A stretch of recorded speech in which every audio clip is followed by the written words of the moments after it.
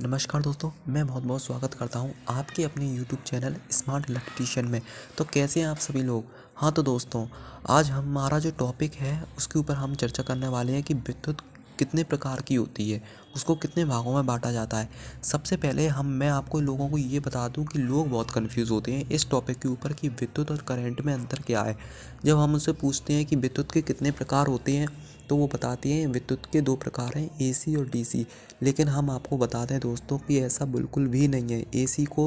विद्युत को AC और DC में नहीं बांटा गया है।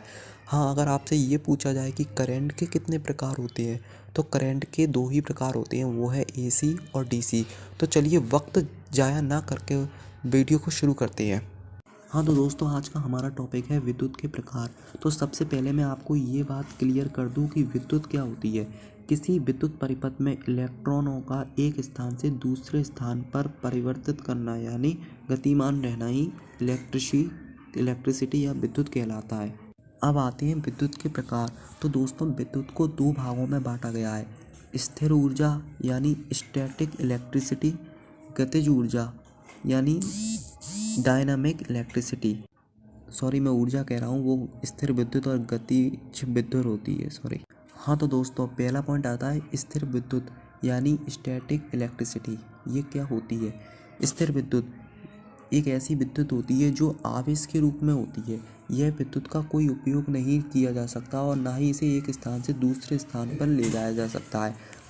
तो आप समझे दोस्तों कि ये एक ऐसी विद्युत है जिसे एक स्थान से दूसरे स्थान पे परिवर्तित नहीं किया जा सकता और ना ही इसका प्रयोग होता है हमारे घरों में। जैसे कि हम जान लेते हैं कि स्थिर विद्युत के उदाहरण कौन कौन से हैं। जब किसी छड़ को चमड़े से रगड़ा जाए तो उस चमड़े से इलेक्ट्रॉन निकलकर उस छड़ में आ जाते हैं, जिससे चमड़ा धनावेशित हो जाता है और छड़ ऋणावेशित।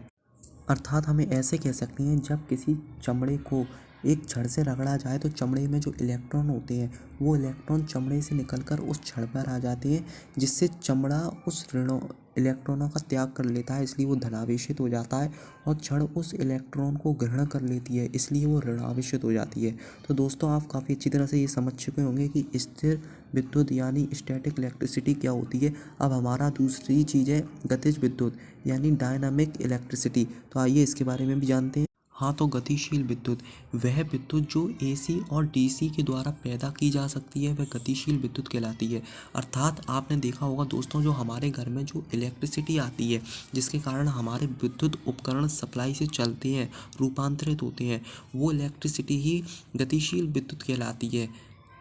दोस्तों, DC कह रहा हूँ, गतिशील विद्युत को एक तार या केबल के माध्यम से एक स्थान से दूसरे स्थान तक बड़ी आसानी से ले जाया जा सकता है, क्योंकि गतिशील विद्युत ही एक स्थान से दूसरे स्थान तक रूपांतरित होती रहती है।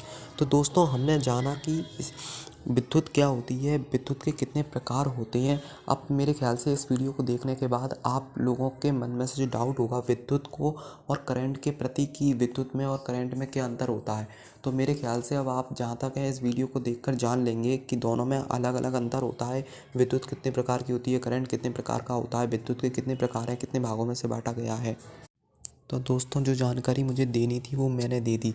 आपको हमारी वीडियोस कैसी लगती हैं। अगर आपको हमारे द्वारा दी गई जानकारी अच्छी लगती है तो हमारी वीडियोस को लाइक करें और चैनल को सब्सक्राइब करना ना भूलें। ये तो मैंने बता दी है विद्युत के प्रकार। जो आगे आने वाली वीडियो में बताऊंगा कि गतिशील विद्युत यानी डायनामिक इलेक्ट्रिसिटी को उत्पन्न करने वाले स्रोत कौन से हैं। अगर आपको चैनल पसंद आए तो लाइक और शेयर सब्सक्राइब ज़रूर करिए। धन्यवाद।